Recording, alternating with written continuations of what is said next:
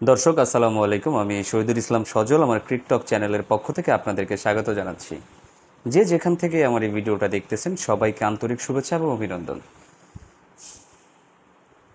অনেক বেশি কষ্ট হচ্ছে, অনেক বেশি খারাপ লাগছে একটা কথা ভেবে, এটা যে সাকিব আল হাসানকে নিয়ে কত কথা, কত তর্ক বিতর্ক আমরা করেছি, কত সমালোচনা করেছি। শেষ পর্যন্ত কিনা আমরা এত বেশি সমালোচনা করে ফেলেছি যার কারণে সাকিব আল হাসান এখন হত্যা মামলার আসামি। দর্শক, সত্যি করে বলবেন, একদম বুকে হাত রেখে এইভাবে সত্যি করে স্বীকার করবেন যে আপনার কি কখনো মনে হয় যে সাকিবের মতো একজন পার্সন হত্যা মামলার সাথে জড়িত থাকতে পারে?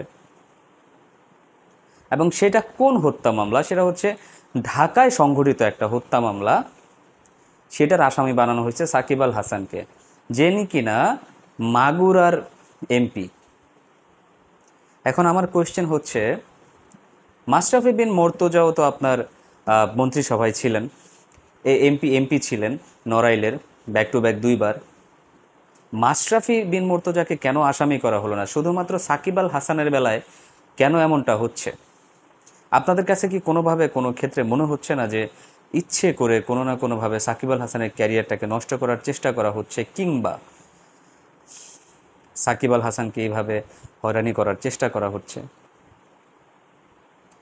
সেটা আমি জানি না, আমি ভালো বলতে পারবো না। হয়তোবা হতেও পারে সাকিব আল হাসান কাউকে খুন করেছেন, কিংবা কারো খুনে তার মদত ছিল। কিন্তু সাকিব আল হাসান যা কিছু করেছেন দেশের জন্য, একজন মানুষ মাত্রই ভুল আছে। সাকিব আল হাসানের ক্যারিয়ারের সবচেয়ে বড় ভুল হচ্ছে এইটাই যে খেলোয়াড় থাকাকালীন অবস্থায় তিনি রাজনীতিতে নাম লিখিয়েছেন। একসাথে দুইটা জিনিস করতে গেলে কোনো সময় সেটা কোনোটাই ভালোভাবে করা যায় না। আপনারা খেয়াল করেছেন কিনা, পাকিস্তানের এগেনস্টে যে টেস্ট ম্যাচটা বাংলাদেশ জয়লাভ করলো, সেই টেস্ট ম্যাচটাতে সাকিব আল হাসান কেমন একটা উজ্জীবিত ছিলেন, কেমন একটা খেলোয়াড় সুলভ একটা আচরণ ছিল তার মাঝখানে। আপনারা খেয়াল করেছেন কি?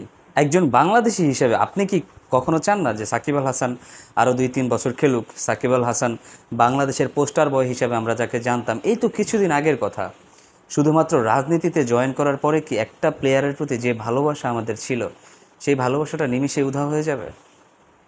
কিছুদিন আগে, বছর দুয়েক আগে হবে, নিদাহাস ট্রফিতে যখন সাকিব আল হাসান তার খেলোয়াড়দেরকে মাঠ থেকে উঠিয়ে এনেছিলেন, যে প্রতিবাদটা তিনি করেছিলেন এত হাজার হাজার মানুষের সামনে, এত বিশ্ব মিডিয়াতে, তখন আমরা সবাই সাকিব আল হাসানকে বাহবা দিয়েছিলাম, বলেছিলাম হ্যাঁ, সাকিব আল হাসান একাই যথেষ্ট, সাকিব আল হাসানের মতো 2-1 প্লেয়ার প্রতিটা দলেই দরকার।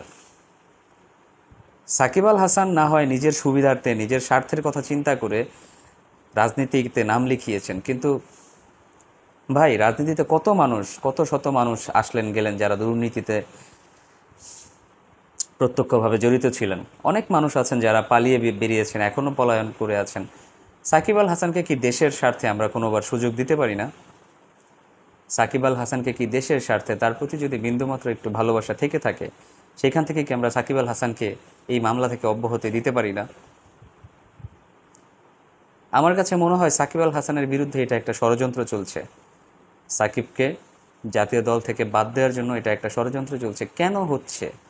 আমাদের বাংলাদেশে ক্রিকেট আঙ্গন কি কখনোই রাজনীতি মুক্ত হতে পারবে না?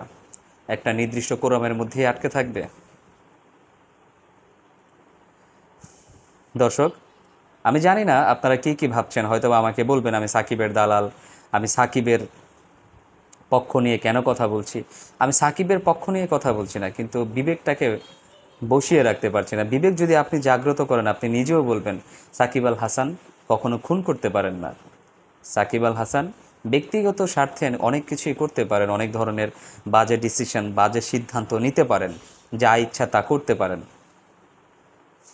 কিন্তু খুন যে করবেন সেটা আমার বিশ্বাস হয় না। এটা শুধু আমার কথা না, সাকিব আল হাসানের সতীর্থ যারা আছেন, যারা জাতীয় ক্রিকেট দলে সাকিব আল হাসানের সাথে খেলেছেন, ইমরুল কায়েসের কথা বলেন, মুশফিকুর রহিম, এনামুল হক বিজয়, রুবেল হোসেন, শরীফুল ইসলাম, যারাই খেলছেন বা খেলেছেন, তারা প্রত্যেকেই এটা বিশ্বাস করেন যে সাকিব আল হাসান এই ধরনের ঘৃণিত কাজ কখনোই করতে পারেন না।